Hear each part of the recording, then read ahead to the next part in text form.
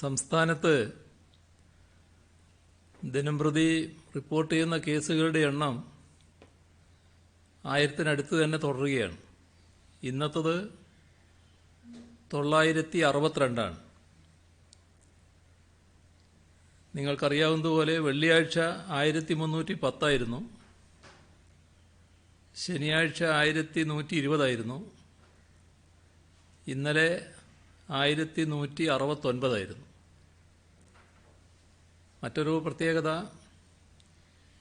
സമ്പർക്കത്തിലൂടെയുള്ള രോഗബാധയാണ് കൂടുതലുണ്ടാകുന്നത്. 2 മരണമാണ് ഇന്ന് റിപ്പോർട്ട് ചെയ്തത്. തിരുവനന്തപുരം ജില്ലയിലെ പെരുമ്പഴുതൂർ സ്വദേശി 68 വയസ്സുള്ള ക്ലീറ്റസ്, ആലപ്പുഴയിലെ നൂർനാട് സ്വദേശി 52 വയസ്സുള്ള ശശിധരൻ അവരുടെ നിര്യാണത്തിൽ അനുശോചിക്കുന്നു. ഇന്ന് സംസ്ഥാനത്ത് 815 പേർക്ക് രോഗമുക്തിയുണ്ടായി. സമ്പർക്കത്തിലൂടെ രോഗം ബാധിച്ചത് ഇന്നത്തെ കണക്ക് 801 ആണ്. അതിൽ ഉറവിടമറിയാത്തവർ 40 ആണ്. വിദേശത്ത് നിന്ന് വന്നവർ 55, മറ്റ് സംസ്ഥാനങ്ങളിൽ നിന്നെത്തിയവർ 85, ഹെൽത്ത് വർക്കർമാർ 15, KSE 6.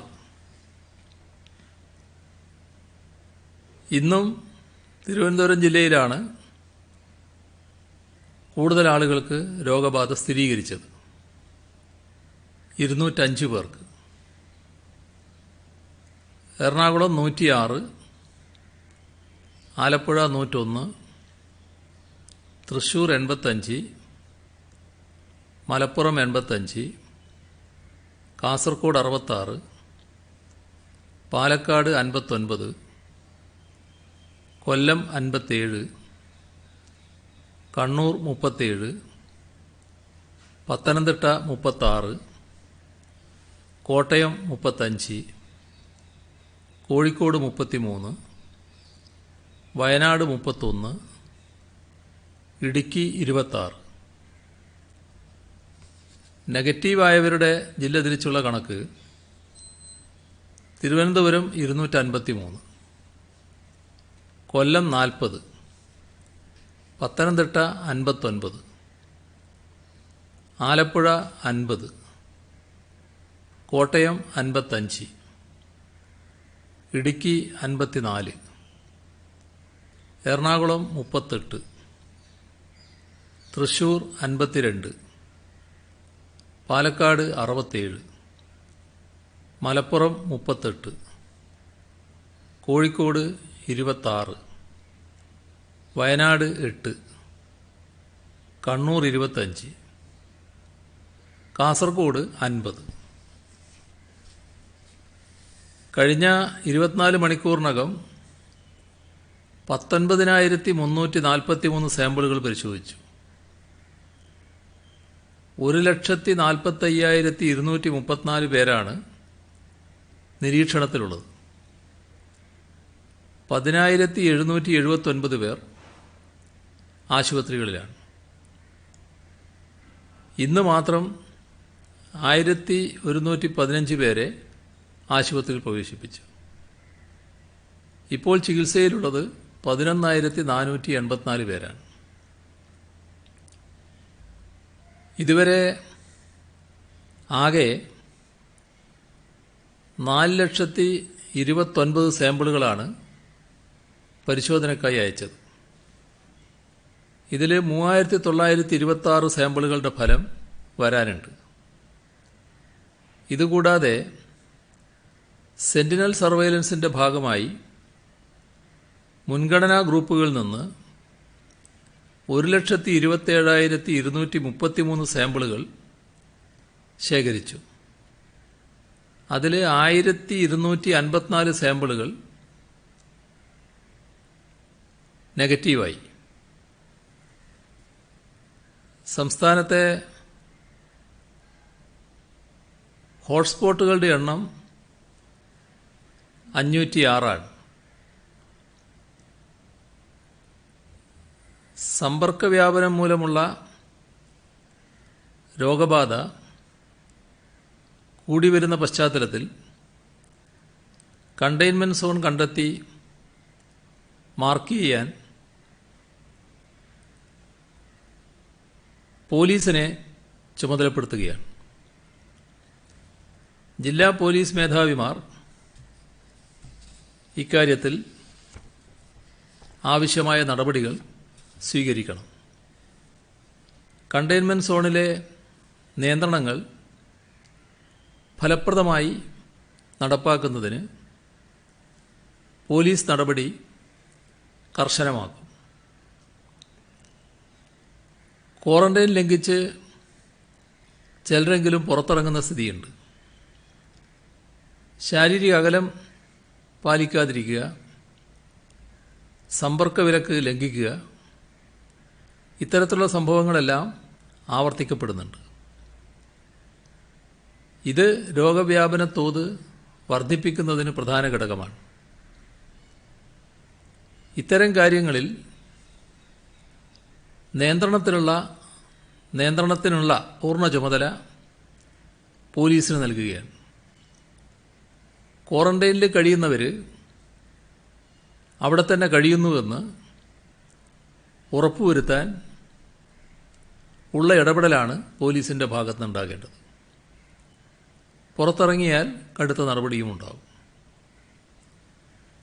സമ്പർക്ക വിലക്ക് ലംഘിക്കുന്നത് ശ്രദ്ധയിൽപ്പെട്ടാൽ ബന്ധപ്പെട്ടവർ പോലീസിനെ അറിയിക്കണം. മാർക്കറ്റുകളിലും മറ്റ് പൊതുസ്ഥലങ്ങളിലും ആളുകൾ നിശ്ചിത അകലം പാലിക്കുന്നുവെന്ന് അത് പോലീസ് ഉറപ്പുവരുത്തേണ്ടതാണ്.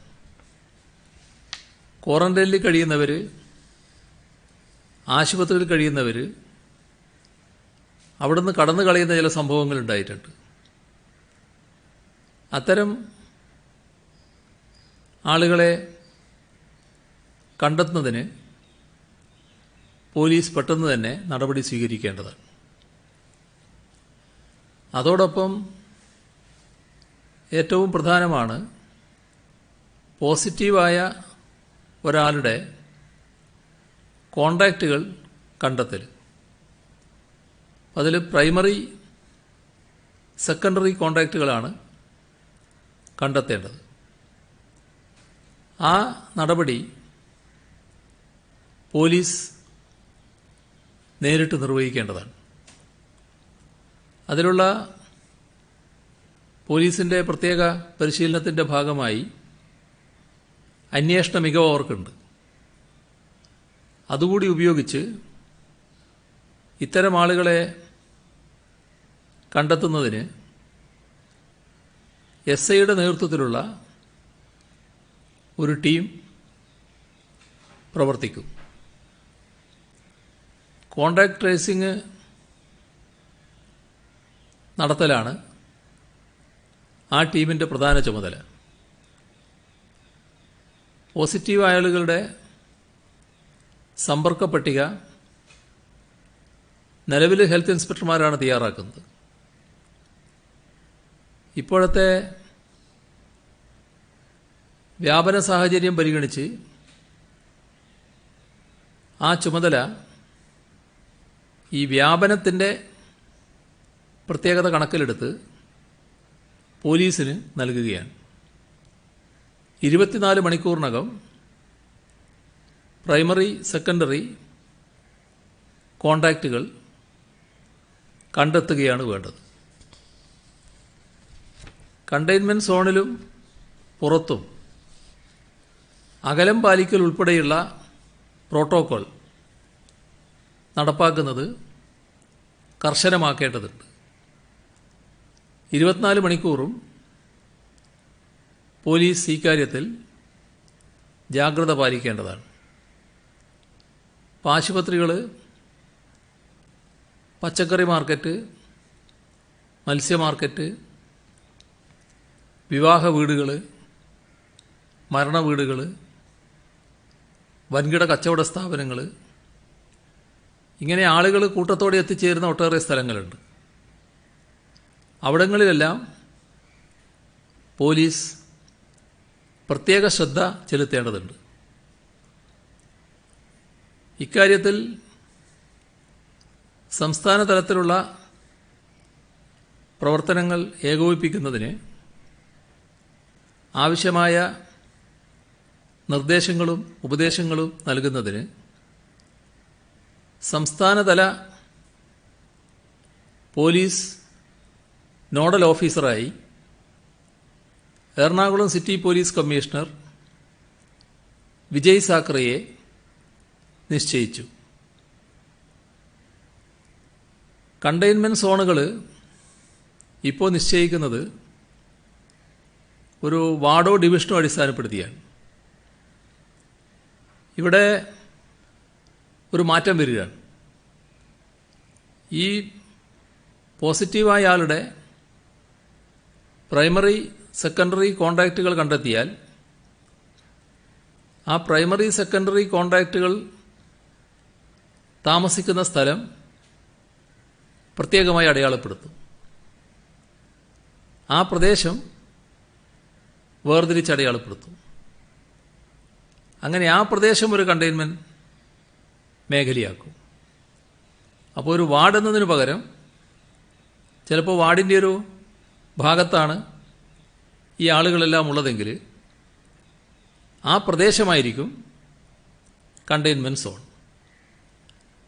ഇതിന് കൃത്യമായ മാപ്പ് തയ്യാറാക്കും. അതിൻ്റെ അടിസ്ഥാനത്തിൽ കണ്ടെയ്ൻമെൻറ് സോൺ പ്രഖ്യാപിക്കുന്ന നിലയാണുണ്ടാവുക. അപ്പോൾ മാറ്റം വാർഡ് അടിസ്ഥാനത്തിലായിരിക്കില്ല. ഇത്തരം ആളുകൾ താമസിക്കുന്ന പ്രദേശത്തെ പ്രത്യേകം മാപ്പ് ചെയ്ത് അതിൻ്റെ അടിസ്ഥാനത്തിലായിരിക്കും കണ്ടെയ്ൻമെൻറ് സോൺ. കണ്ടെയ്ൻമെൻറ് സോണിൽ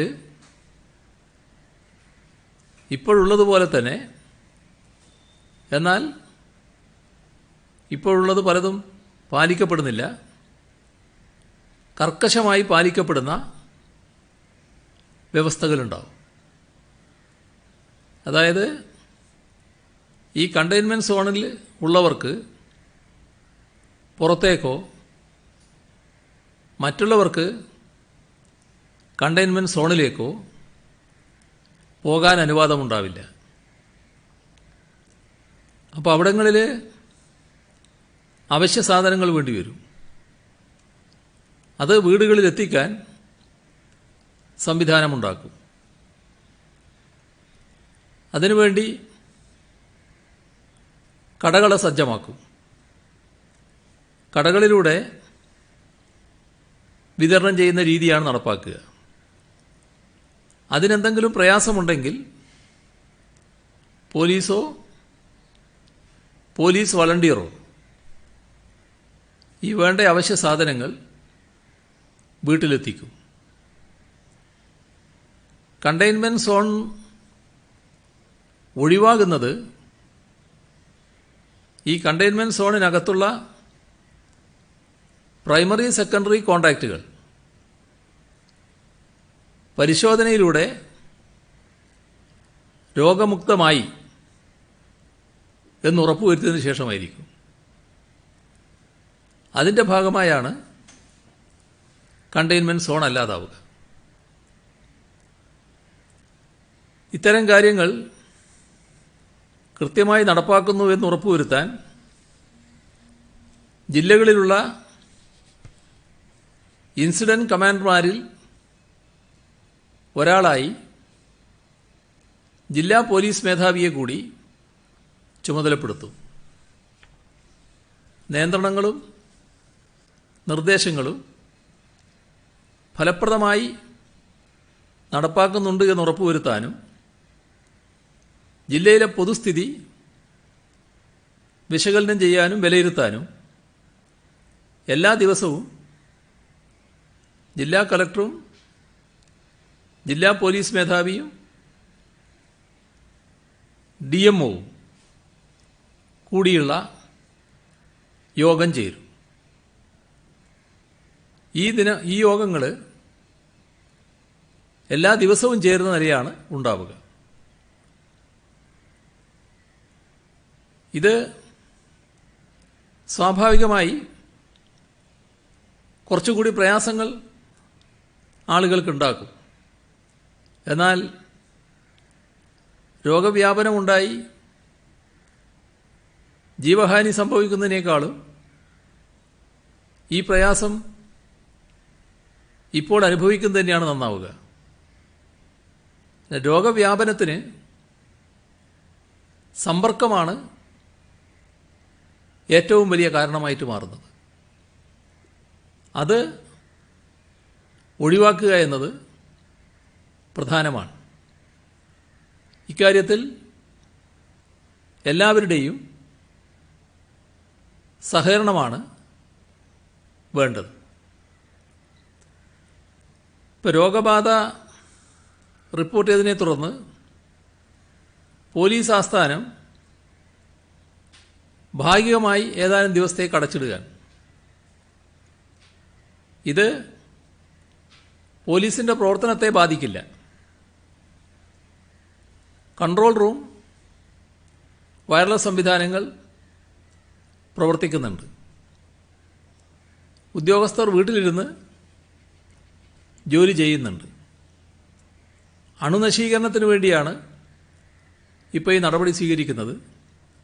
അണുനശീകരണം പൂർത്തിയായ ശേഷം പോലീസ് ആസ്ഥാനം പൂർണ്ണമായ തോതിൽ പ്രവർത്തനം ആരംഭിക്കും. തുടങ്ങുമ്പോൾ വിശദീകരിച്ച കണക്കുകൾ നമ്മോട് പറയുന്നത് ഈ മഹാമാരിയെ എല്ലാ അർത്ഥത്തിലും പിടിച്ചുകെട്ടാൻ സർവശക്തിയും ഉപയോഗിക്കേണ്ട ഘട്ടമാണിത് എന്നാണ്. ഒരു തരത്തിലുള്ള അലംഭാവവും ഉണ്ടാകാൻ പാടില്ല. ഗൗരവബോധവും ജാഗ്രതയും കൈവിട്ടുകൂടാ. ലാർജ് ക്ലസ്റ്ററുകളുടെ എണ്ണം വീണ്ടും വർദ്ധിക്കുന്ന സാഹചര്യമാണ് തിരുവനന്തപുരം ജില്ലയിലുള്ളത്. പൂന്തുറ, പുല്ലുവിള, പുതുക്കുറിച്ചി, അഞ്ചുതെങ്ങ്, ഭീമാപ്പള്ളി, വിഴിഞ്ഞം, അടിമലത്തുറ, പൊഴിയൂർ, പാറശാല, പെരുമാതുറ, പൂവാർ, കുളത്തൂർ, കാരോട് ഇങ്ങനെ 13 ലാർജ് ക്ലസ്റ്ററുകൾ നിലവിലുണ്ട്. ഇന്ന് ജില്ലയിൽ രോഗം സ്ഥിരീകരിച്ചവരിൽ 2 പേർ മാത്രമാണ് പുറത്തുനിന്ന് വന്നവർ. 192 പേർക്ക് സമ്പർക്കത്തിലൂടെയാണ് രോഗബാധയുണ്ടായത്. 5 പേരുടെ ഉറവിടം അറിയില്ല. തിരുവനന്തപുരത്തെ സ്ഥിതി അതീവ ഗുരുതരമായി തന്നെ തുടരുന്നു എന്നതിൻ്റെ സൂചനയാണിത്. കൊല്ലത്ത് ജില്ലാ ജയിലിൽ അന്തേവാസികൾക്ക് പനി ലക്ഷണങ്ങൾ കണ്ടതിനാൽ പരിശോധന നടത്തിയപ്പോൾ 57 പേർക്കാണ് രോഗബാധ സ്ഥിരീകരിച്ചത്. ഗുരുതര രോഗലക്ഷണമുള്ള 5 പേരെ പാരിപ്പള്ളി സർക്കാർ മെഡിക്കൽ കോളേജ് ആശുപത്രിയിലും ബാക്കിയുള്ളവരെ ചന്ദനത്തോപ്പ് ഗവൺമെൻറ് ITIയിലെ പ്രാഥമിക കോവിഡ് ചികിത്സാ കേന്ദ്രത്തിലേക്കും മാറ്റി. ജയിലുദ്യോഗസ്ഥനായ തിരുവനന്തപുരം സ്വദേശിയിൽ നിന്നാണ് ഇവർക്ക് രോഗബാധയുണ്ടായത് എന്നാണ് സംശയിക്കുന്നത്. ഒരു അസിസ്റ്റന്റ് പ്രിസൺ ഓഫീസർക്ക് കൂടി ഇന്ന് രോഗം സ്ഥിരീകരിച്ചിട്ടുണ്ട്. സമ്പർക്ക സംശയമുള്ള ഉദ്യോഗസ്ഥരെ ജയിലിൽ നിരീക്ഷണത്തിലാക്കിയിട്ടുമുണ്ട്.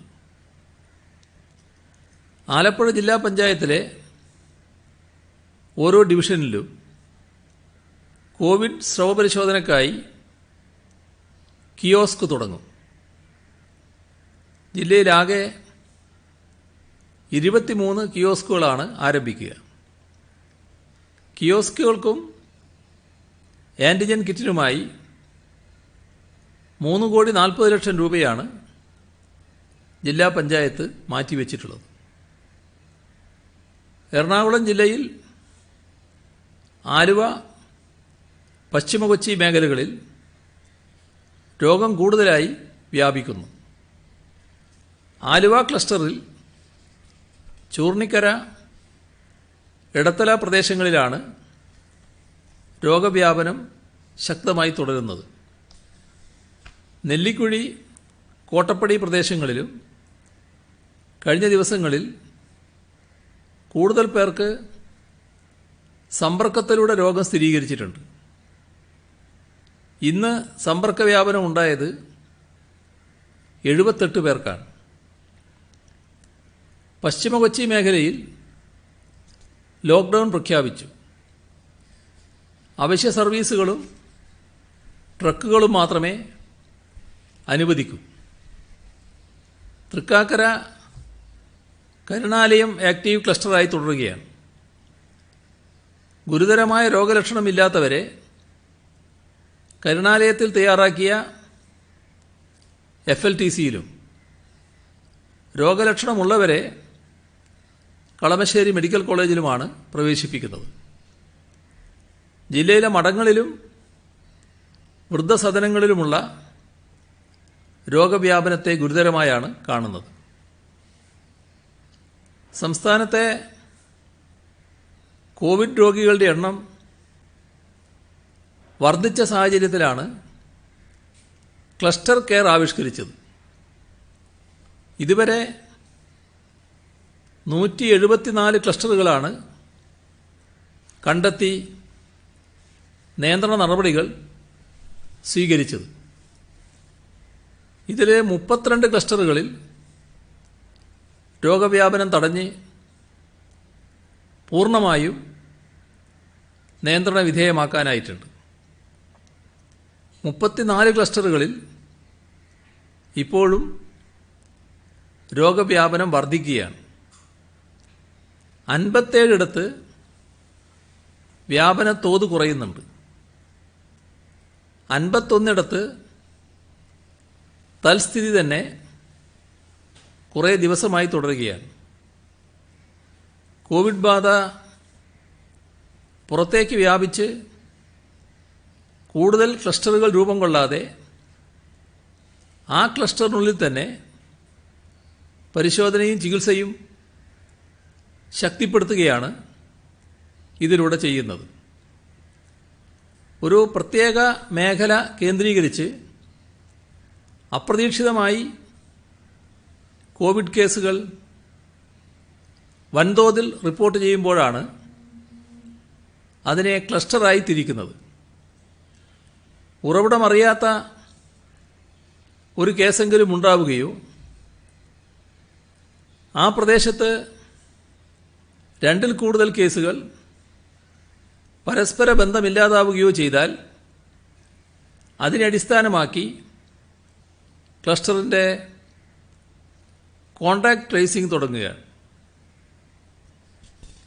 കോവിഡ് രോഗബാധിതരെ നേരത്തെ കണ്ടെത്തി ക്ലസ്റ്ററുകളായി തിരിച്ച് പ്രവർത്തനം ശക്തമാക്കിയില്ലെങ്കിൽ സമൂഹവ്യാപനത്തിലേക്ക് പോകാൻ ഇടയാവും. ഒരു പ്രദേശത്തെ ക്ലസ്റ്ററാക്കിയാൽ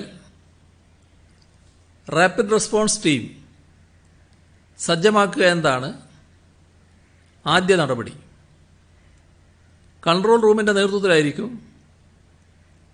ക്ലസ്റ്ററിൻ്റെ പ്രവർത്തനങ്ങൾ. രോഗവ്യാപനം ഉണ്ടാകാതിരിക്കാൻ ആ പ്രദേശത്തെ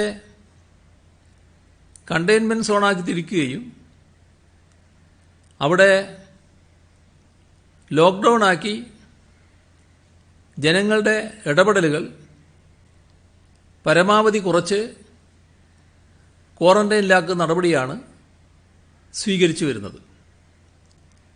ക്ലസ്റ്ററിൽ ഏറ്റവും പ്രധാനമാണ് contact tracing.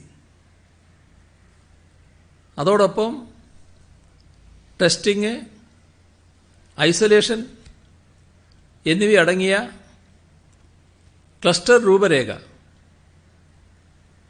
ഇതുപയോഗിച്ചാണ് primary secondary contact ഉള്ളവരെ പരിശോധന നടത്തുന്നത്.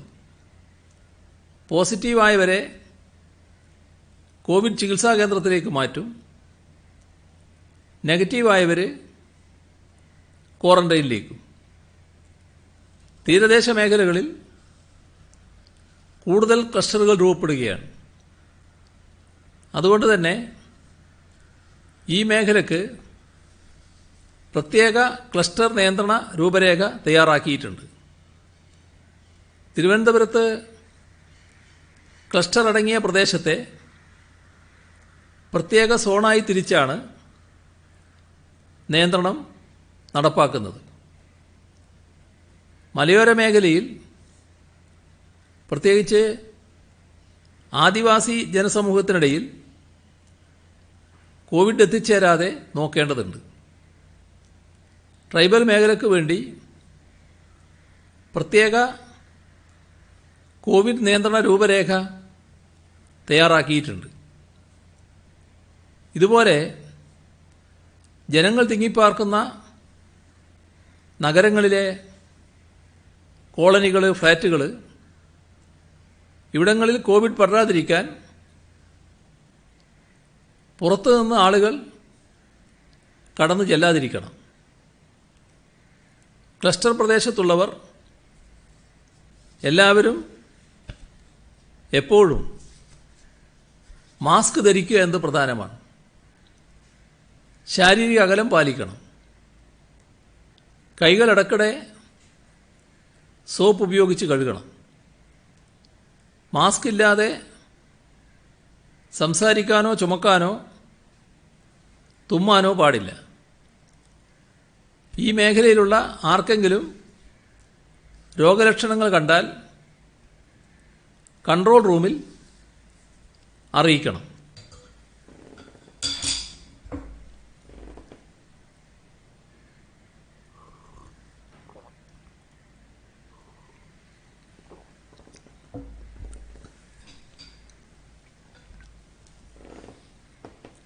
നമ്മുടെ നാടിൻ്റെ വലിയ പ്രത്യേകത ലക്ഷക്കണക്കായ സഹോദരങ്ങൾ ലോകത്തിൻ്റെ നാനാഭാഗങ്ങളിൽ ജീവിക്കുന്നു എന്നതാണ്. വളരെ കൂടുതൽ രോഗബാധയുള്ള സ്ഥലങ്ങളിലാണ് അവരുടെ ജീവിതം. അവരിൽ ലക്ഷക്കണക്കിന് ആളുകൾ ഇങ്ങോട്ട് വന്നിട്ടുണ്ട്.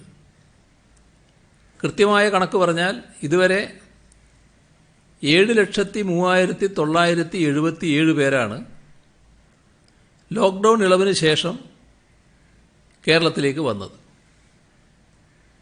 മറ്റ് സംസ്ഥാനങ്ങളിൽ നിന്ന് 4,34,491 പേർ, വിദേശ രാജ്യങ്ങളിൽ നിന്ന് 2,69,486 പേർ.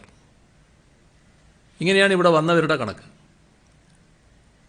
നാം സ്വീകരിച്ചത് എല്ലാവരും ഇങ്ങോട്ട് വരട്ടെ എന്ന സമീപനം തന്നെയാണ്. ഇങ്ങനെ വന്നവരിൽ 3,672 ആളുകൾക്കാണ് കോവിഡ് സ്ഥിരീകരിച്ചത്. എല്ലാവർക്കും ചികിത്സ ലഭ്യമാക്കാനുള്ള ഏർപ്പാട് ഇവിടെ ഉണ്ടാക്കി. അതോടൊപ്പം രോഗം പകരാതിരിക്കാനുള്ള നിയന്ത്രണങ്ങൾ സ്വീകരിച്ചു. ഇത് നല്ല ഫലമുണ്ടാക്കി. എന്നാൽ ഒരു ഘട്ടം കഴിഞ്ഞപ്പോൾ ഒരുതരം അലംഭാവം പ്രകടമായി. രോഗം വന്നാൽ ചികിത്സിക്കൽ മാത്രമല്ല നമ്മുടെ കടമ. രോഗം വരാതിരിക്കുക, പടരാതിരിക്കുക, അതിനുള്ള മുൻകരുതൽ, ഇതൊക്കെ പ്രധാനമാണ്. അതിന് പല കാരണങ്ങളാൽ ചില വീഴ്ചകൾ വന്നിരിക്കുന്നു. അതുകൊണ്ടാണ് ഈ ഒരു പ്രത്യേക സാഹചര്യത്തിലേക്ക് തന്നെ നമ്മുടെ നാട് നീങ്ങിയത്. രോഗവ്യാപനത്തിൻ്റേതായ നിലയിലേക്ക്. അത്തരമൊരു ഘട്ടത്തിൽ കൂടുതൽ കർശനമായ നിയന്ത്രണങ്ങളിലേക്ക് നാം പോകേണ്ടി വരികയാണ്. കടുത്ത നടപടികളായി തോന്നുന്നുവെങ്കിൽ അത് നമ്മുടെ നാടിൻ്റെ ഭാവിക്ക് വേണ്ടിയാണ് എന്നെല്ലാവരും മനസ്സിലാക്കുകയും ഉൾക്കൊള്ളുകയും വേണം. നേരത്തെ ഞാൻ പറഞ്ഞതുപോലെ എല്ലാവരുടെയും സഹായവും സഹകരണവും ഇക്കാര്യത്തിൽ ഉണ്ടാകണമെന്ന് ഒന്നുകൂടി അഭ്യർത്ഥിക്കുകയാണ്. സംസ്ഥാനത്തേക്ക് ഹ്രസ്വകാല സന്ദർശനത്തിന് വരുന്ന നിരവധി ആളുകളുണ്ട്. ആ കാര്യത്തിൽ കുറച്ചുകൂടി നിയന്ത്രണം ഇന്നത്തെ സാഹചര്യത്തിൽ വേണ്ടിവരുമെന്നാണ് കണക്കാക്കുന്നത്. ഇപ്പോൾ ലൈഫ് മിഷന് അപേക്ഷ നൽകേണ്ട ഘട്ടമാണ്. ലൈഫ് മിഷനിൽ വിട്ടുപോയവർക്ക് അപേക്ഷ നൽകാനുള്ളൊരു ഘട്ടം കൂടി കൊടുത്തിരുന്നു. അതിൻ്റെ അപേക്ഷ നൽകുന്ന ഘട്ടമാണിത്. കണ്ടെയ്ൻമെൻറ് സോണിലുള്ളവർക്ക് ഈ ഘട്ടത്തിൽ അപേക്ഷ നൽകുന്നതിന് പ്രയാസങ്ങൾ വന്നിട്ടുണ്ട്. അതുകൊണ്ട് അവർക്ക് ആ പ്രത്യേക സാഹചര്യം പരിഗണിച്ചുകൊണ്ട് അപേക്ഷ നൽകുന്നതിന് ഉള്ള സമയം ദീർഘിപ്പിച്ചു കൊടുക്കും. ഇന്ന് നമ്മുടെ സംസ്ഥാനത്ത് വളരെ പ്രധാനപ്പെട്ടൊരു കാര്യം നടന്നു. ഇത് ഈ സംസ്ഥാനത്തുള്ള 102 കുടുംബാരോഗ്യ കേന്ദ്രങ്ങളുടെ ഉദ്ഘാടനമായിരുന്നു. കോവിഡ് സാഹചര്യമായതുകൊണ്ട് വലിയ ഉത്സവപ്രതീതിയോടെ നടക്കേണ്ട ആ പരിപാടി ഓരോ പ്രദേശത്തും കുറച്ച് ആളുകൾ പങ്കെടുത്ത് അവിടുത്തെ ജനപ്രതിനിധികളുടെ കൂടി സാന്നിധ്യത്തിൽ ഇന്ന് വീഡിയോ വഴി ഉദ്ഘാടനം ചെയ്യുകയാണുണ്ടായത്. എല്ലാവർക്കും അറിയാം, ആർദ്രം മിഷന്റെ പ്രവർത്തനത്തിൻ്റെ ഭാഗമായി ഒന്നാം ഘട്ടത്തിൽ 170 കുടുംബാരോഗ്യ കേന്ദ്രങ്ങളാണ് നാം പൂർത്തീകരിച്ചത്. രണ്ടാം ഘട്ടത്തിൽ 504 കുടുംബാരോഗ്യ കേന്ദ്രങ്ങളെയാണ് തിരഞ്ഞെടുത്തത്. അതിൽ 407 സ്ഥാപനങ്ങളുടെ നിർമ്മാണത്തിന് ഭരണാനുമതി ലഭിച്ചു. നിലവിൽ 284 കുടുംബാരോഗ്യ കേന്ദ്രങ്ങൾ സംസ്ഥാനത്ത് പ്രവർത്തിക്കുന്നുണ്ട്. 102 കുടുംബാരോഗ്യ കേന്ദ്രങ്ങൾ ഇന്ന് ഉദ്ഘാടനം ചെയ്യാൻ കഴിഞ്ഞു. ഇതോടെ ആകെ 386 കുടുംബാരോഗ്യ കേന്ദ്രങ്ങളാണ് സംസ്ഥാനത്തുള്ളത്. പ്രാഥമികാരോഗ്യ കേന്ദ്രങ്ങളെ കുടുംബാരോഗ്യ കേന്ദ്രങ്ങളാക്കി മാറ്റിയതിൻ്റെ ഗുണഫലം കോവിഡ് കാലത്ത് സംസ്ഥാനം അനുഭവിക്കുന്നുണ്ട്. നമ്മുടെ പ്രാഥമികാരോഗ്യ കേന്ദ്രങ്ങളുടെ പ്രവർത്തന മികവ് കേരളത്തിലെ ആരോഗ്യ മേഖലയെക്കുറിച്ച് പഠിക്കുന്നവരെല്ലാം പ്രത്യേകം എടുത്തു പറയുന്നതാണ്. കുടുംബാരോഗ്യ കേന്ദ്രങ്ങളിൽ സജ്ജമാക്കിയിരിക്കുന്ന ഭൗതിക സാഹചര്യങ്ങൾ പരിശോധനയ്ക്ക് ഫസ്റ്റ് ലൈൻ ട്രീറ്റ്മെൻറ്റ് സെൻ്ററുകൾക്കുള്ള സ്റ്റാഫുകളെ വിതരണം ചെയ്യുന്നതിന് ഒക്കെ സഹായകമായിട്ടുണ്ട്. ഹോം ക്വാറന്റൈനിലുള്ളവരെ നിരീക്ഷിക്കുന്നതും അവർക്ക് വേണ്ട മാർഗനിർദ്ദേശങ്ങൾ നൽകുന്നതും കുടുംബാരോഗ്യ കേന്ദ്രങ്ങളിലെ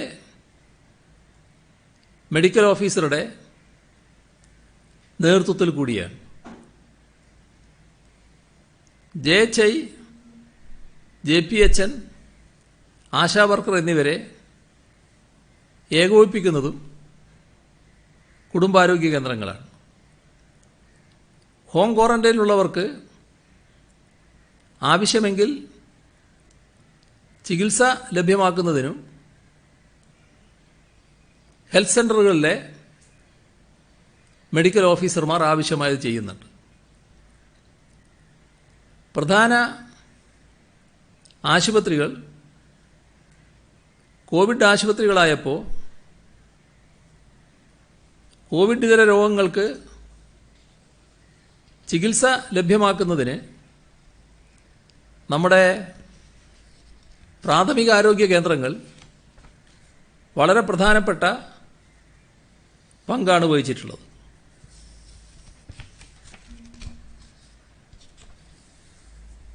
വരും ദിവസങ്ങളിൽ മഴ ശക്തമാകുന്ന സൂചനയാണ് ലഭിക്കുന്നത്. ഏത് സാഹചര്യവും നേരിടാൻ ഉള്ള തയ്യാറെടുപ്പ് നാം നടത്തിയിട്ടുണ്ട്. മണ്ണിടിച്ചൽ, ഉരുൾപൊട്ടൽ സാധ്യതയുള്ള സ്ഥലങ്ങളുണ്ട്. നേരത്തെ അടയാളപ്പെടുത്തിയിട്ടുമുണ്ടത്. അത്തരം സ്ഥലങ്ങളിൽ താമസിക്കുന്നവർ ഈയൊരു പ്രത്യേക ഘട്ടത്തിൽ മാറി താമസിക്കാൻ തയ്യാറാകേണ്ടതുണ്ട്. അത്തരം ആളുകളെ മാറ്റിപ്പാർപ്പിക്കാനുള്ള നടപടിയെടുക്കാൻ ജില്ലാ അധികൃതർക്ക് നിർദ്ദേശം നൽകിയിട്ടുണ്ട്. ഇത് അപകട സാധ്യതയുള്ള ദിവസങ്ങളിൽ അവിടെ താമസിക്കാൻ പറ്റില്ല എന്ന് കണക്കാക്കി മുൻകൂട്ടി തന്നെ മാറി സുരക്ഷിതമായ സ്ഥലത്തേക്ക് പോകേണ്ടതാണ്. കാരണം മണ്ണിടിച്ചിലും ഉരുൾപൊട്ടലുമൊക്കെ ഉണ്ടായാൽ എന്താണ് സംഭവിക്കുക എന്നതിന് നമുക്കൊട്ടേറെ ദുരനുഭവങ്ങളുണ്ട്. എല്ലാ മനുഷ്യ ജീവനും വിലപ്പെട്ടതാണ് എന്ന് കണക്കാക്കി ആവശ്യമായ മുൻകരുതൽ നടപടി സ്വീകരിക്കാനാണ് തയ്യാറാകുന്നത്. ഇതിൽ എല്ലാവരും സഹകരിക്കണം. എല്ലായിടവും ഈ പറയുന്ന അപകടം ഉണ്ടായി എന്ന് വരില്ല. എവിടെയാണ് അപകടം ഉണ്ടാവുക എന്ന് ഉറപ്പിച്ച് പറയാൻ പറ്റാത്തൊരു സാഹചര്യത്തിൽ അപകട സാധ്യത ഉള്ള സ്ഥലങ്ങളിൽ നിന്ന് ആളുകൾ മാറി സുരക്ഷിതമായ സ്ഥലത്തേക്ക് പോവുകയാണ് വേണ്ടത്. അപ്പോൾ ജില്ലാ അധികൃതർ ആവശ്യപ്പെടുമ്പോൾ ആരും വൈമുഖ്യം കാണിക്കരുത്, ഇവിടെ നിന്നോളാമെന്ന നിലപാടെടുക്കരുത്. ജീവരക്ഷ വളരെ പ്രധാനമാണ്, എല്ലാവരും സഹകരിക്കണമെന്നാണ് അതുമായി ബന്ധപ്പെട്ട് അഭ്യർത്ഥിക്കാനുള്ളത്. അതോടൊപ്പം മലവെള്ളപ്പാച്ചിൽ വന്നാൽ അതിന് സാധ്യതയുണ്ട് എന്നാണ് പറയുന്നത്. താഴ്ന്ന പ്രദേശങ്ങളിൽ വെള്ളം കയറാനിടയുണ്ട്. അങ്ങനെ വരുമ്പോൾ അവരെ സുരക്ഷിതമായ സ്ഥലങ്ങളിലേക്ക് മാറ്റിപ്പാർപ്പിക്കേണ്ടി വരും. മറ്റതിനേക്കാളും കുറച്ചുകൂടി സമയം ഇതിന് കിട്ടും. മഴ കനത്ത് അത് മലവെള്ളമായി മാറുന്ന നില മനസ്സിലാക്കുമ്പോൾ അവിടുന്ന് മാറേണ്ടതായിട്ട് വരും. അപ്പോൾ നേരത്തെ തന്നെ അത്തരം പ്രദേശങ്ങളിലുള്ളവർക്ക് മലവെള്ള സാധ്യത വരുമ്പോൾ മാറേണ്ടതായിട്ടുണ്ട് എന്ന് മുന്നറിയിപ്പ് കൊടുക്കും. ആ മുന്നറിയിപ്പ് ആവശ്യമായ ഒരുക്കം നടത്തുന്നതിന് വേണ്ടിയാണ്. മാറേണ്ട ഘട്ടമാകുമ്പോൾ പിന്നെ അവിടെ കാലതാമസം ഉണ്ടാകരുത്, ഉടനെ തന്നെ മാറുക എന്നുള്ളതാണ് വേണ്ടത്. അക്കാര്യത്തിലും ബന്ധപ്പെട്ടവർ എല്ലാ വീട്ടുകാരും പൂർണ്ണമായും സഹകരിക്കണമെന്നാണ് അഭ്യർത്ഥിക്കാനുള്ളത്. ഇതിവിടെ ഇങ്ങനെ മാറി താമസിക്കുന്നവർക്ക് സുരക്ഷിതമായ രീതിയിൽ താമസിക്കുന്നതിനുള്ള സൗകര്യങ്ങൾ ജില്ലാ അധികൃതർ ഒരുക്കിയിട്ടുണ്ട്. നേരത്തെ ഉള്ളതുപോലെയല്ല, നേരത്തെ നമുക്ക് കൂട്ടമായി തന്നെ താമസിക്കാം. ഇപ്പോൾ കൃത്യമായ ശാരീരിക അകലം പാലിക്കണം. കൂട്ടം കൂടുന്ന അവസ്ഥ വരുന്നത്. അപ്പോൾ ആ നിലക്കുള്ള ക്രമീകരണമൊക്കെ ജില്ലാ അഡ്മിനിസ്ട്രേഷൻ നടത്തുന്നുണ്ട്. അതുമായി എല്ലാവരും സഹകരിക്കുകയാണ് വേണ്ടത്. അതേപോലെ തന്നെ നഗരങ്ങളിൽ ചില വെള്ളക്കെട്ടുകളുള്ള പ്രദേശമുണ്ട്. അവിടെയും വെള്ളം കയറിയെന്ന് വരാം. അപ്പോൾ അവിടുന്നും മാറി താമസിക്കേണ്ടതാണ്. ഇത്തരം മാറി താമസിക്കലുകളൊക്കെ അധികൃതരുടെ അറിയിപ്പിന് ശേഷം മതി. കാരണം മഴ കനത്ത് വെള്ളം കയറുന്ന സാഹചര്യം വരുമ്പോൾ മാറി താമസിക്കാനുള്ള സൗകര്യമുണ്ടാകും. ഇപ്പം നമ്മുടെ ചില ജില്ലകൾ ഉരുൾപൊട്ടൽ സാധ്യത വലിയ തോതിലുള്ള ജില്ലകളാണ്. അതിൽ ഇടുക്കി, വയനാട്, കോഴിക്കോട്, മലപ്പുറം, പാലക്കാട് ഇത്തരം സ്ഥലങ്ങളിൽ പ്രത്യേക ജാഗ്രത പുലർത്തേണ്ടതായിട്ടുണ്ട്. എല്ലാ മലയോര പ്രദേശങ്ങളിലും കൂടുതൽ സുരക്ഷാ നടപടികൾ ശക്തമാക്കണമെന്നാണ് കണ്ടിട്ടുള്ളത്. അതോടൊപ്പം നമ്മുടെ ഡാമുകളുണ്ട്. ഇപ്പോഴത്തെ സ്ഥിതിയിൽ അണക്കെട്ടുകൾ വല്ലാതെ നിറഞ്ഞു കവിയുന്ന അവസ്ഥ വന്നിട്ടില്ല. എന്നാൽ ചെറിയ അണക്കെട്ടുകളിൽ മഴ കനത്താൽ വെള്ളം വേഗം നിറയാനിടയുണ്ട്. അങ്ങനെ വരുമ്പോൾ മുൻകൂട്ടി അറിയിച്ചുകൊണ്ട് അണക്കെട്ട് തുറക്കുന്ന നിലയാണ് സ്വീകരിക്കുക. അതിനുള്ള നിർദ്ദേശം നൽകിയിട്ടുണ്ട്. അപ്പോൾ അത്തരം പ്രദേശങ്ങളിലുള്ളവരും ഈ ഒരു കരുതൽ മനസ്സിൽ സൂക്ഷിക്കണം. എറണാകുളത്തെ വെള്ളക്കെട്ട് പ്രശ്നങ്ങൾ പൊതുവിൽ ഉയർന്നു വന്നിട്ടുണ്ട്. ആ പ്രശ്നങ്ങൾ പരിഹരിക്കുന്നതിന് ജില്ലാ കലക്ടറുമായി ചർച്ച ചെയ്ത് ആവശ്യമായ നടപടികൾ സ്വീകരിക്കാൻ നിർദ്ദേശിച്ചിട്ടുണ്ട്. ചീഫ് സെക്രട്ടറി ജില്ലാ കലക്ടറുമായി ചർച്ച ചെയ്തുകൊണ്ട് അതുമായി ബന്ധപ്പെട്ടുള്ള തുടർ നടപടി സ്വീകരിക്കും.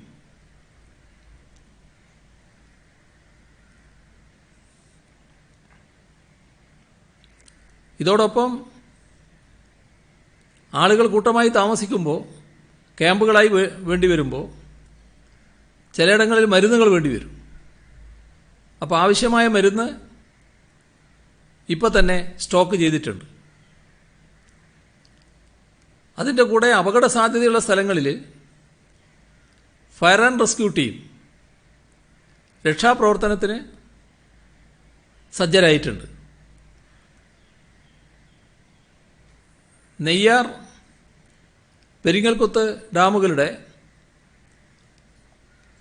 ഷട്ടറുകൾ ഉയർത്താൻ നടപടിയായിട്ടുണ്ട്. എല്ലാ ഡാമുകളുടെയും പ്രീ മൺസൂൺ അറ്റകുറ്റപ്പണി പൂർത്തിയാക്കിയിട്ടുണ്ട്. മാത്രമല്ല, ജലവിഭവ വകുപ്പ് ചീഫ് എഞ്ചിനീയറുടെ ഓഫീസിൽ 24 മണിക്കൂറും പ്രവർത്തിക്കുന്ന കൺട്രോൾ റൂം സജ്ജമാക്കിയിട്ടുണ്ട്. ദേശീയ ദുരന്ത പ്രതികരണ സേനയുടെ 6 ടീമിനെ കൂടി സംസ്ഥാനത്തിന് അനുവദിക്കണമെന്ന് ആവശ്യപ്പെട്ടിട്ടുണ്ട്. ഇപ്പോൾ 4 ടീം ഇപ്പോൾ നമുക്കുണ്ട്, കൂടെ 6, അങ്ങനെ 10 ടീം വേണമെന്നുള്ളതാണ് നാം കാണുന്നത്. ഇവിടെ ചില സഹായങ്ങളുടെ കാര്യം എടുത്തു പറയാനുള്ളത്, NGO യൂണിയൻ, കോഴിക്കോട് ജില്ലാ committee Covid first line treatment സെൻ്ററിലേക്ക് 1000 കിടക്കയും തലയണയും കൈമാറിയിട്ടുണ്ട്. വട്ടിയൂർക്കാവ് ഷൂട്ടിംഗ് റേഞ്ചിൽ ആരംഭിച്ച CFLTCയിലേക്ക് LIC എംപ്ലോയീസ് യൂണിയൻ 75,000 രൂപയുടെ സാധനങ്ങൾ കൈമാറിയിട്ടുണ്ട്.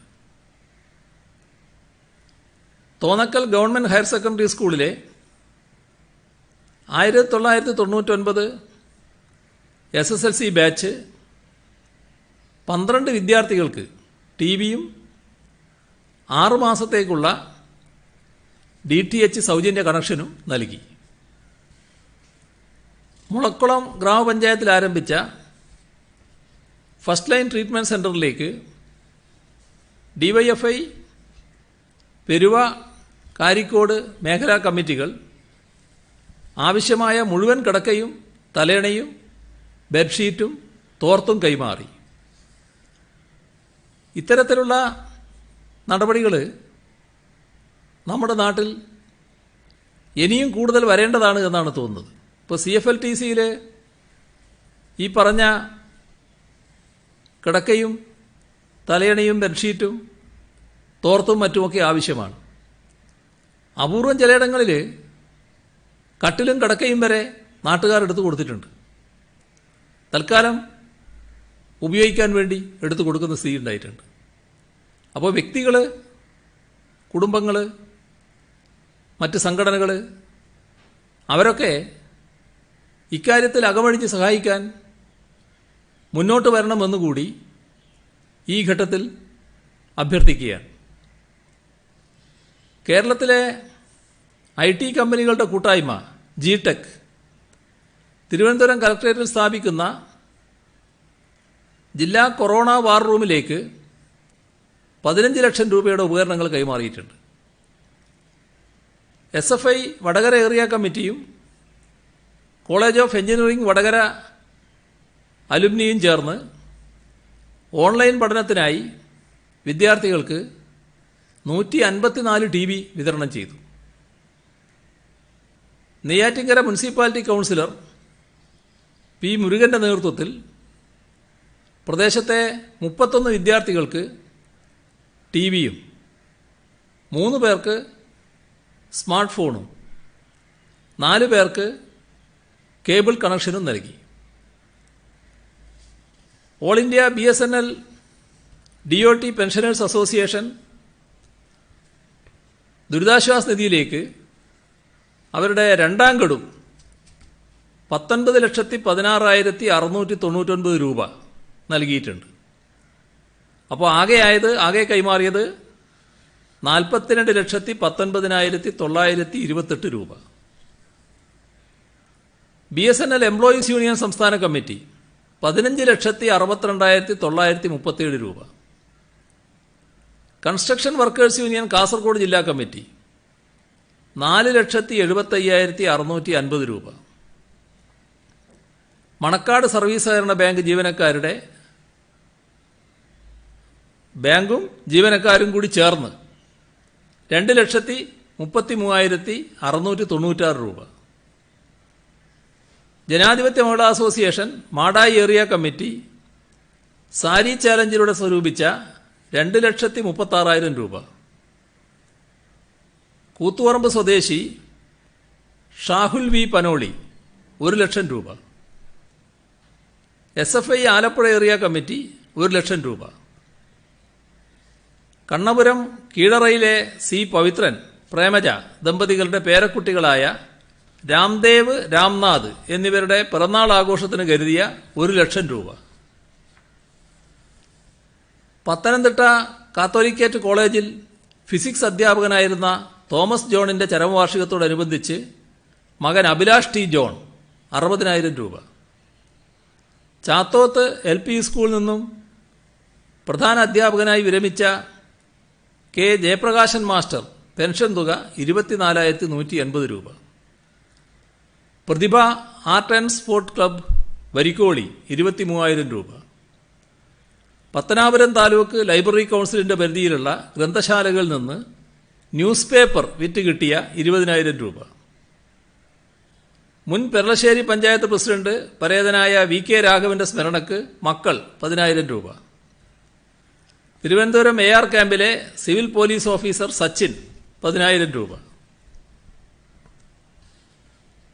സുഗുണം മാസ്റ്റർ ആർട്സ് ആൻഡ് സ്പോർട്സ് ക്ലബ്ബും ഡിവൈഎഫ്ഐ ഗുംട്ടി മുക്ക് യൂണിറ്റും ചേർന്ന് ബിരിയാണി ചാലഞ്ചിലൂടെ 1,01,000 രൂപ. ഇനി ബിരിയാണി ചാലഞ്ചിന്റെ കാര്യമാണ് പറയുന്നത്. ഇനി ദേശാഭിമാനി ആർട്സ് ആൻഡ് സ്പോർട്സ് ക്ലബ്ബും ബ്രദേഴ്സ് കൊപ്പരക്കളവും 70,000 രൂപ. കാങ്കോൽ ഈസ്റ്റ് മഹിളാ അസോസിയേഷൻ 50,000 രൂപ. ധർമ്മടം മേലൂർ സഖാവ് കൃഷ്ണപിള്ള ക്ലബ്ബ് 45,000 രൂപ. Bolivia arts and sports club Andalur 40,000 രൂപ. യുവജന വായനശാല മയ്യിൽ 31,350 രൂപ. കൈരളി പുരുഷ സ്വാശ്രയ സംഘം പാട്യം ഡിവൈഎഫ്ഐ മഹിളാ യൂണിറ്റ് എന്നിവ ചേർന്ന് 28,120 രൂപ. കോടിയേരി കോപ്പാലം റെഡ് സ്റ്റാർ 28,102 രൂപ. ചേകുവേര കലാകായിക വേദി പെരുമാച്ചേരി 25,000 രൂപ. ഒഞ്ചിയൻ രക്തസാക്ഷി കലാവേദി 50,000 രൂപ. Red wing arts and sports club Edakkepuram Kannapuram 30,000 രൂപ. CPIM Mecheri branch Kayaralam local committee 32,190 രൂപ. ഇത്രയും വിവരങ്ങളാണ് ഇന്ന് പങ്കുവെക്കാനുള്ളത്.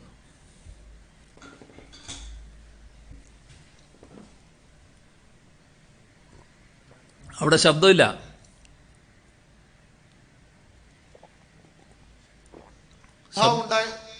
അലംഭാവം ഉണ്ടായെന്ന് പറഞ്ഞു. ആരുടെ ഭാഗത്താണ് അലംഭാവം ഉണ്ടായത്? ഏത് അലംഭാവ? കേട്ടില്ല.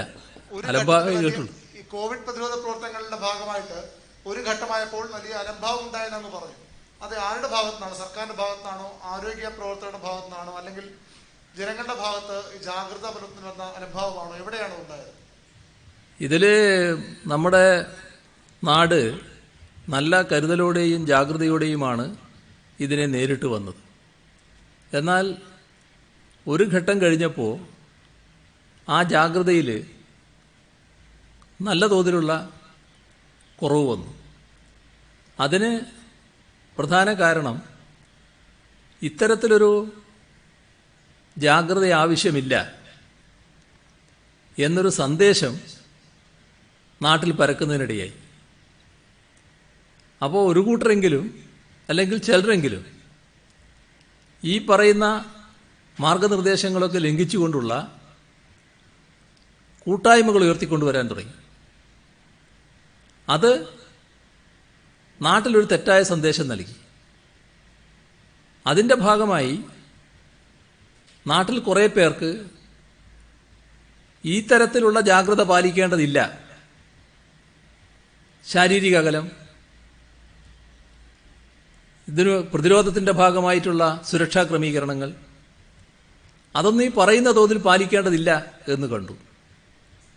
അവരുടെ കൺമുന്നിൽ കാണുകയാണ് ആളുകൾ തമ്മിൽ ഉരസുന്നത്, തിങ്ങിക്കൂടുന്നത്, ശരീരങ്ങൾ തമ്മിൽ കൂട്ടുചേർന്നുകൊണ്ട് നീങ്ങുന്നത്. അപ്പോൾ എന്താണോ നമ്മൾ നാട്ടിൽ ഉയർത്താൻ നോക്കിയ ജാഗ്രത, അതിന് നേരെ വിപരീതമായ കാര്യങ്ങൾ സംഭവിക്കുന്ന നിലയുണ്ടാകുമ്പോൾ തെറ്റായ സന്ദേശം നാട്ടിൽ പരക്കുന്നതിനിടയാക്കി. ഇത് ഒരു പ്രധാന ഘടകമായി മാറിയിട്ടുണ്ട്. നമ്മളിപ്പോൾ എവിടെ എത്തി? നമുക്ക് പ്രതീക്ഷിക്കാൻ കഴിയുന്നതാണോ ഇത്തരത്തിലുള്ള രോഗവ്യാപന നില നേരത്തെയുള്ള നമ്മുടെ നാടിൻ്റെ അവസ്ഥ വെച്ചാൽ? അപ്പോൾ ജാഗ്രതക്കുറവ് മൊത്തത്തിലുണ്ടായതാണ്. ആ ജാഗ്രതക്കുറവ് ഉണ്ടാക്കുന്നതിന് സഹായകരമായ നിലപാട് സ്വീകരിച്ചവർ അത് ബോധപൂർവം തിരുത്തേണ്ടതായിട്ടുണ്ട്. അത് അധികൃത കേന്ദ്രങ്ങളുടെ ഭാഗത്തല്ല. ഇതുമായി ബന്ധപ്പെട്ട പ്രവർത്തനത്തിലേർപ്പെട്ടവർക്ക് സ്വാഭാവികമായ ക്ഷീണമൊക്കെ ഉണ്ടായിട്ടുണ്ടാവും. പക്ഷെ അവരുടെ അടുത്ത് ജാഗ്രത കുറവൊന്നും ഉണ്ടായിട്ടില്ല. ഇത് പൊതുവിലുണ്ടാക്കുന്നതിന് ഇടയായ സംഭവങ്ങളുണ്ട്. ഇപ്പം നമ്മൾ എവിടെ എത്തി? ഇപ്പം അത്തരത്തിലുള്ള എന്തെങ്കിലും കാണുന്നുണ്ടോ? ഇതാണല്ലോ ഒഴിവാക്കണം എന്ന് ദിവസേന പറഞ്ഞുകൊണ്ടിരുന്നത്. അന്നാ പറഞ്ഞതിനെക്കുറിച്ച് പറഞ്ഞെന്താ? വെറുതെ വേറെ പണിയൊന്നുമില്ലാതെ ഇങ്ങനെ പ്രഭാഷണം നടത്തിക്കൊണ്ടിരിക്കുകയാണ്. ഇപ്പോഴും പറയുന്നില്ലേ അത്? നാടിന്റെ മുന്നിൽ ഇതിന്റെ ആപത്ത് ചൂണ്ടിക്കാണിക്കുന്നത് എന്തോ തെറ്റായൊരു കാര്യം പ്രചരിപ്പിക്കലാണ്, എന്തോ PR ഏജൻസിയുടെ ഭാഗമായിട്ട് നടത്തിക്കൊണ്ടിരിക്കുന്ന ഒരു കാര്യമാണ്. എന്നായിരുന്നില്ലേ പ്രചരിപ്പിക്കാൻ നോക്കിയത്? നമ്മളാരും അതൊന്നും മറന്നുപോയിട്ടില്ലല്ലോ. ഏതായാലും അതൊന്നും ഇപ്പോൾ വീണ്ടും കുത്തിപ്പൊക്കുകയല്ല നമ്മൾ വേണ്ടത്. നമുക്കിങ്ങനെ ചില അബദ്ധങ്ങൾ പറ്റിയിട്ടുണ്ട്. ഇന്നിപ്പോൾ നമ്മൾ ഈ നിലയിൽ എത്തിയിട്ടുണ്ട്. ഇതെനി കൂടുതൽ അങ്ങോട്ട് പോകാൻ പറ്റില്ല. നമുക്കിത് പിടിച്ചു കെട്ടാൻ പറ്റും. ഇതിനെ ശരിയായ രീതിയിൽ പ്രതിരോധിക്കാനാവും. ആ പ്രതിരോധിക്കുന്നതിന് ആ പഴയ ജാഗ്രത നമ്മൾ വീണ്ടും പുലർത്തേണ്ടതായിട്ടുണ്ട്. ആരും ഇത് മറ്റു തരത്തിലെടുക്കാൻ പാടില്ല. എല്ലാവരും നല്ല ഒരുമയോടെ ഐക്യത്തോടെ ഈ മഹാമാരിയെ നേരിടാൻ പ്രതിരോധത്തിന് ഒന്നിച്ചു നിൽക്കുകയാണ് വേണ്ടത്. അതാണ് എനിക്ക് പറയാനുള്ളത്. CM ഇപ്പോൾ ഈ കോവിഡിന്റെ ഫ്രണ്ട് ലൈൻ വാരിയേഴ്സ് ആണ് ഈ ഹെൽത്ത് വർക്കേഴ്സും പോലീസുകാരും ഒക്കെ. പക്ഷെ പോലീസിനും ഹെൽത്ത് വർക്കേഴ്സിനും കൂടുതൽ കോവിഡ് രോഗബാധിതർ ഉണ്ടാവുകയും ചെയ്യുന്നുണ്ട്. പക്ഷെ പോലീസിന് കൂടുതൽ ജോലി നൽകുന്ന രീതിയിലാണ് ഇപ്പോഴും CM പറഞ്ഞത്. കാരണം കോൺട്രാക്ട് ട്രേസിംഗ് അടക്കമുള്ള കാര്യങ്ങളിൽ പോലീസാണ് ഇനി ഉത്തരവാദിത്വം വഹിക്കേണ്ടത്. പക്ഷേ ഇപ്പോഴും ജോലിയില്ലാത്ത ഒരുപാട് സർക്കാർ ജീവനക്കാരുണ്ട്, ഓഫീസുകൾ തുറക്കാത്തതിനാൽ. വോളണ്ടിയർ സേനയുണ്ട്. അത്തരം കാര്യങ്ങൾ കൂടി പരിശോധിച്ചുകൂടെ, ഈ പോലീസിന്റെ പുറത്ത് തന്നെ കൂടുതൽ ഭാരം ഏൽപ്പിക്കുന്നതിനേക്കാൾ? തീർച്ചയായും ഈ നിങ്ങളുടെ ചോദ്യത്തിന്റെ ഒരു പ്രധാന പൊരുൾ എന്താണെന്ന് പറഞ്ഞാൽ, നമ്മുടെ നാട്ടിൽ സർക്കാർ ഉദ്യോഗസ്ഥരായിട്ടുള്ള ആളുകൾ ഓരോ പ്രദേശത്തും ഇപ്പോൾ ഓഫീസിൽ വരാതെ നിൽക്കുന്നുണ്ട്. അവരെ നമ്മുടെ ഈ പ്രവർത്തനത്തിന്റെ ഭാഗമാക്കിക്കൂടെ എന്നാണ്. അവരെ ഈ പ്രവർത്തനത്തിന്റെ ഭാഗമാക്കാൻ തന്നെയുള്ള നടപടികൾ എടുക്കുന്നുണ്ട്. അതിൽ കലക്ടർമാർക്ക് പ്രത്യേക അധികാരം കൊടുത്തിട്ടുണ്ട്. ഇന്നടക്കം അതുമായി ബന്ധപ്പെട്ട നിർദ്ദേശങ്ങൾ നൽകിയ കാര്യം റവന്യൂ സെക്രട്ടറി ചൂണ്ടിക്കാണിക്കുകയുണ്ടായി. ഫലപ്രദമായ നടപടികൾ ആ കാര്യത്തിൽ കലക്ടർമാർ സ്വീകരിക്കേണ്ടതായിട്ടുമുണ്ട്. അവരുടെ ലിസ്റ്റുണ്ട്, അത് വെച്ചുള്ള നടപടികൾ സ്വീകരിക്കാം. പക്ഷേ അതുകൊണ്ട് മാത്രം ഈ നിയന്ത്രണങ്ങളാകെ ഫലപ്രദമാവില്ല. നിയന്ത്രണങ്ങൾ ഫലപ്രദമാകണമെങ്കിൽ അതിൽ കൂടുതൽ കർക്കശമായ ഇടപെടൽ വേണം. ആ ഇടപെടൽ അത് പോലീസിന് നിർവഹിക്കാനാവണം. അതുകൊണ്ടാണ് പോലീസിനെ ആ ചുമതല ഏൽപ്പിക്കുന്നത്. അവര് ഒരു പ്രദേശത്തെ ക്വാറന്റൈനിൽ കഴിയുന്ന ആളുകൾ അവരാരൊക്കെയാണ് എന്നത് കൃത്യമായ വിവരം പോലീസിനുണ്ടാവും. അപ്പോൾ അതുമായി ബന്ധപ്പെട്ട് പോലീസിൻ്റെ ബൈക്ക് സ്ക്വാഡുകൾ ഉണ്ടാവും. ആ ബൈക്ക് സ്ക്വാഡ് വീടുകളിലെത്തും. അവരവിടെ ഉണ്ടോ എന്ന് മനസ്സിലാക്കും. മാത്രമല്ല, ഇന്നത്തെ ആധുനിക സാങ്കേതിക വിദ്യ ഉപയോഗിച്ചുകൊണ്ട് അവരവിടെ തന്നെ ഉണ്ടോ എന്ന് ഉറപ്പുവരുന്ന നിലയുണ്ടാവും. ആ ബൈക്ക് സ്ക്വാഡിൽ നിത്യം സന്ദർശിക്കുന്ന നിലയുണ്ടാകുമ്പോൾ ഈ കഴിയുന്നയാൾക്ക് തന്നെ ഒരു പ്രത്യേക ഒരു ബോധം വരും, ഞാൻ മാറിപ്പോകാൻ പാടില്ല എന്നുള്ളത്. കാരണം അങ്ങനെയൊരു മാനസികാവസ്ഥ പോലീസിനോട് പൊതുവിൽ നാട്ടുകാർക്കുണ്ട്. അപ്പോൾ അത് പോലീസിൻ്റെ പ്രത്യേക ഉത്തരവാദിത്വമായിട്ട് തന്നെയാണ് കാണുന്നത്. അതിന് വീഴ്ച വന്നാൽ അത് ഗൗരവമായിട്ട് സർക്കാർ കണക്കാക്കുകയും ചെയ്യും. അപ്പോൾ അവർ വലിയ പ്രവർത്തനമാണ് നടത്തിയിട്ടുള്ളത്. അതിൻ്റെ പ്രയാസങ്ങളുണ്ടായിട്ടുണ്ട്. പ്രയാസങ്ങളുണ്ടെങ്കിലും ആ പ്രവർത്തനം നടത്താൻ പോലീസ് സജ്ജമായ നില തന്നെയാണ് ഇപ്പോഴുള്ളത്. അതൊരു ഭാഗത്ത് ഉപയോഗിക്കും. അതേ സമയത്ത് തന്നെ മറ്റേ ഭാഗം അവരെ ആവശ്യത്തിന് എങ്ങനെയെല്ലാം ഉപകരിക്കാൻ പറ്റും ഇത് നോക്കിക്കൊണ്ട് ആ ഉദ്യോഗസ്ഥരെ ഉപയോഗിക്കുന്ന നിലയും ഉണ്ടാകും. CM ഇതിന്റെ മറുവശം ഉണ്ടല്ലോ. കാരണം ഈ പോലീസ് നിയന്ത്രണങ്ങൾ മൊത്തം ഏറ്റെടുക്കുമ്പോൾ ഇപ്പോൾ നേരത്തെ ഉണ്ടായ പോലെ ഇവരുടെ പോലീസിന്റെ രീതി വേറൊരു രീതിയാണ്. അപ്പോൾ എല്ലാവരും നല്ല രീതിയിൽ പെരുമാറുന്നവരായിരിക്കില്ല. ചിലപ്പോൾ ഈ കണ്ണൂരുണ്ടായ ഏത്ത പിടിക്കൽ, വടിവെച്ചടിക്കൽ, അത്തരത്തിലുള്ള നിയന്ത്രണങ്ങൾ വരുമ്പോൾ ആളുകൾക്ക് കുറച്ചുകൂടി ഈ കാര്യങ്ങൾക്ക് ഒരു എതിരായ സമീപനം അല്ലെങ്കിൽ ആൾക്കിടയിൽ ഒരു അമർഷമൊക്കെ ഉണ്ടാവില്ലേ അതിനകത്ത്? ആളുകൾക്ക് അമർഷമല്ല ഉണ്ടാകുക. കാരണം ഇപ്പോൾ നേരത്തെ നമ്മുടെ കാസർഗോഡിൻ്റെ അനുഭവം എടുത്താൽ മതി. നമ്മൾ കാസർഗോഡായിരുന്നല്ലോ തുടക്കത്തിൽ ഭയപ്പെട്ടൊരു സ്ഥലം. വലിയ തോതിൽ രോഗവ്യാപനം ഉണ്ടായി. വലിയ കർക്കശ നടപടിയാണ് അവിടെ നമ്മൾ സ്വീകരിച്ചത്. അന്ന് ആ ഘട്ടത്തിൽ ആദ്യം ഒരു എതിർപ്പൊക്കെ ആളുകളിൽ ഉണ്ടായിരുന്നു. കാരണം അതേവരെ കാണാത്തൊരു ഇടപെടലാണല്ലോ വരുന്നത്. പുറത്തിറങ്ങിക്കൂടാ, അവിടെ പോയിക്കൂടാ, ഈ പോകുന്നതിനെ പറ്റി നോക്കുന്നു, അതിന് പ്രത്യേകം സംവിധാനം വെച്ചുകൊണ്ട് അപ്പുറം പോയോ, ഈ ലിമിറ്റിനപ്പുറം പോയോ എന്നൊക്കെയുള്ള കാര്യങ്ങൾ നോക്കുന്നു. അങ്ങനെയൊക്കെ വരുമ്പോൾ അതിൻ്റെ ഭാഗമായിട്ടുള്ള ഒരുപാട് പ്രയാസങ്ങളുണ്ടായിരുന്നു. പക്ഷേ രോഗവ്യാപനം തടയാൻ കഴിയുകയും അതിൻ്റെതായ സ്വാദ് അവർ തന്നെ അനുഭവിക്കുകയും ചെയ്തപ്പോൾ അവർ പിന്നീട് പറഞ്ഞിരുന്നത് എന്താ, അന്നത്തെ പോലീസിൻ്റെ ഇടപെടലാണ് ഞങ്ങളെ രക്ഷിച്ചതെന്നാണ്.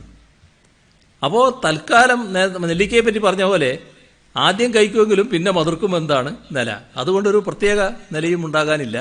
നാടിൻ്റെ നന്മയ്ക്ക് വേണ്ടിയാണ്. അതിൽ കർക്കശമായ രീതിയിൽ തന്നെ പോലീസ് നീങ്ങുമെന്ന് തന്നെ നാം കാണേണ്ടതായിട്ടുണ്ട്. CM സമയം അവസാനിക്കുന്ന അതുകൊണ്ട് കൂടുതൽ കാര്യം കൂടി ചോദിക്കുകയാണ്. CM, ഈ ഗുഡ്വിൻ സ്വർണ്ണക്കട ഗ്രൂപ്പുമായി ബന്ധപ്പെട്ട് നിരവധി ആക്ഷേപങ്ങൾ വരുന്നുണ്ട്. അതിൽ തട്ടിപ്പിൽ കുറച്ച് മലയാളികളും പെട്ടിട്ടുണ്ട്. മുഖ്യമന്ത്രിക്ക് അവർ പരാതി നൽകിയിട്ടുണ്ട്. ഏതെങ്കിലും തരത്തിലൊരു നടപടി എടുക്കുന്നതിനെ പറ്റി ആലോചിക്കുന്നുണ്ടോ? മാത്രമല്ല, ആ ഗുഡ്വിൻ സ്വർണ്ണക്കട ഗ്രൂപ്പുമായി ചില CPM നേതാക്കൾക്ക് ബന്ധമുണ്ട് എന്ന തരത്തിലുള്ള വാർത്തയും പ്രചരിക്കുന്നുണ്ട്. ശ്രദ്ധയിൽപ്പെട്ടിട്ടുണ്ടോ ഇക്കാര്യങ്ങൾ? ഇന്നൊരു മാധ്യമ വാർത്ത എൻ്റെ ശ്രദ്ധയിലുണ്ട്. മറ്റൊരു കാര്യവും എൻ്റെ ശ്രദ്ധയിലില്ല അതുമായി ബന്ധപ്പെട്ട്. ആ മാധ്യമ വാർത്തയുടെ കാര്യം മാത്രമേ എൻ്റെ ശ്രദ്ധയിൽ ഇപ്പോൾ ഉള്ളൂ. ബാക്കി കാര്യങ്ങൾ പിന്നീട് നമുക്കാവാം. നമ്മുടെ സമീപമായി അതുകൊണ്ട് പിന്നീടാവാം.